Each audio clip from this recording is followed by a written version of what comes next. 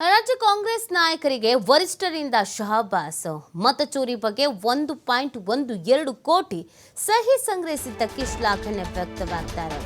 ಅತಿ ಹೆಚ್ಚು ಸಹಿ ಸಂಗ್ರಹಿಸಿದ್ದಕ್ಕೆ ರಾಜ್ಯ ನಾಯಕರ ಬಗ್ಗೆ ಮೆಚ್ಚುಗೆ.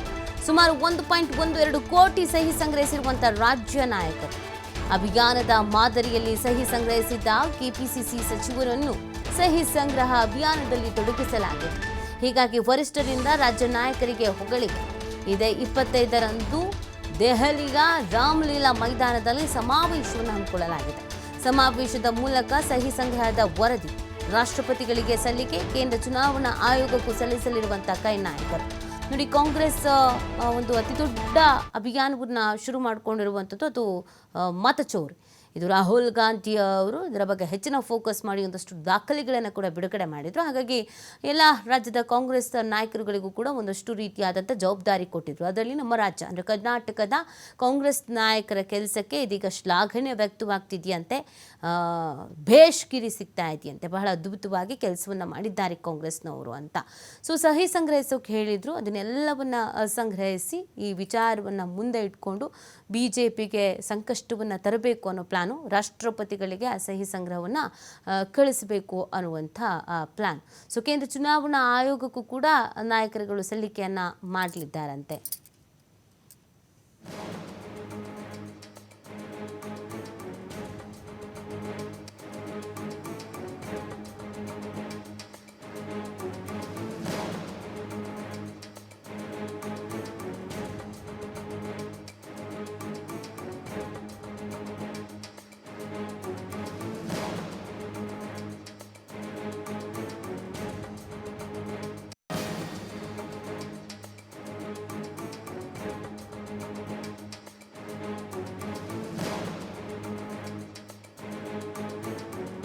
ಈ ಬಗ್ಗೆ ಮತ್ತಷ್ಟು ಮಾಹಿತಿಯನ್ನು ನೀಡ್ತಾರೆ ನಮ್ಮ ಪ್ರತಿನಿಧಿ ಶಿವು. ರಾಜ್ಯ ಕಾಂಗ್ರೆಸ್ ನಾಯಕರಿಗೆ ವರಿಷ್ಠರಿಂದ ಶಭಾಸ್ ಸಿಕ್ಕಿದೆಯಂತೆ. ಸೊ ಇನ್ನು ಏನೆಲ್ಲ ಪ್ಲಾನ್ ಮಾಡ್ಕೊಂಡಿದ್ದಾರೆ ಕಾಂಗ್ರೆಸ್ನವರು?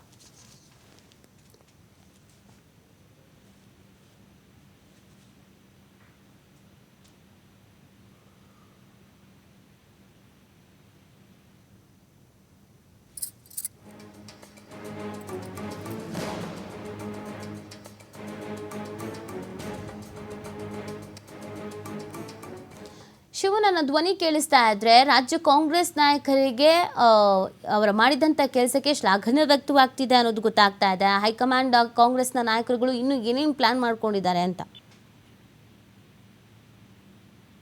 ಈಗ ಕಾಂಗ್ರೆಸ್ ರಾಹುಲ್ ಗಾಂಧಿ ಅವರು ವೋಟ್ ಚೋರಿ ಅಭಿಯಾನವನ್ನ ನಡೆಸಿದ್ರು. ಮಹಾರಾಷ್ಟ್ರ, ಹರಿಯಾಣ, ಕರ್ನಾಟಕದ ಮಹದೇವಪುರ, ಆಳಂದ ವಿಧಾನಸಭಾ ಕ್ಷೇತ್ರಗಳಲ್ಲೂ ಕೂಡ ಮತಗಳನ್ನ ಮಾಡಲಾಗಿತ್ತು. ಕೇಂದ್ರ ಚುನಾವಣಾ ಆಯೋಗ ಕೆಲವೊಂದು ಕಡೆ ಬಿಜೆಪಿ ಪಕ್ಷಕ್ಕೆ ಪರೋಕ್ಷವಾಗಿ ಸಹಕಾರವನ್ನ ಮಾಡ್ತಾ ಇದೆ ಅನ್ನುವಂತಹ ಆರೋಪವನ್ನ ರಾಹುಲ್ ಗಾಂಧಿ ಅವರು ಮಾಡಿದ್ರು. ತದನಂತರದಲ್ಲಿ ರಾಷ್ಟ್ರೀಯ ಮಟ್ಟದಲ್ಲೂ ಕೂಡ ದೊಡ್ಡ ಅಭಿಯಾನವನ್ನ ಮಾಡಲಾಗಿತ್ತು. ಎಲ್ಲ ರಾಜ್ಯಗಳಲ್ಲೂ ಕೂಡ ನಿರಂತರವಾಗಿ ಪ್ರತಿಭಟನೆಗಳು ಕೂಡ ಆಗಿತ್ತು.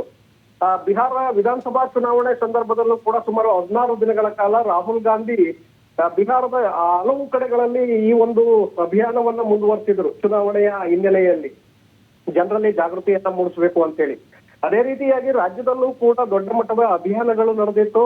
ರಾಹುಲ್ ಗಾಂಧಿ ಅವರು ಕೂಡ ಇಲ್ಲಿಗೆ ಬಂದಿದ್ರು. ತದನಂತರದಲ್ಲಿ ನೀವು ಸಹಿ ಸಂಗ್ರಹ ಅಭಿಯಾನವನ್ನ ಮಾಡಬೇಕು ಅನ್ನುವಂತ ಸೂಚನೆಯನ್ನ ಎಲ್ಲ ರಾಜ್ಯಗಳಿಗೂ ಕೂಡ ರವಾನೆ ಮಾಡಲಾಗಿತ್ತು.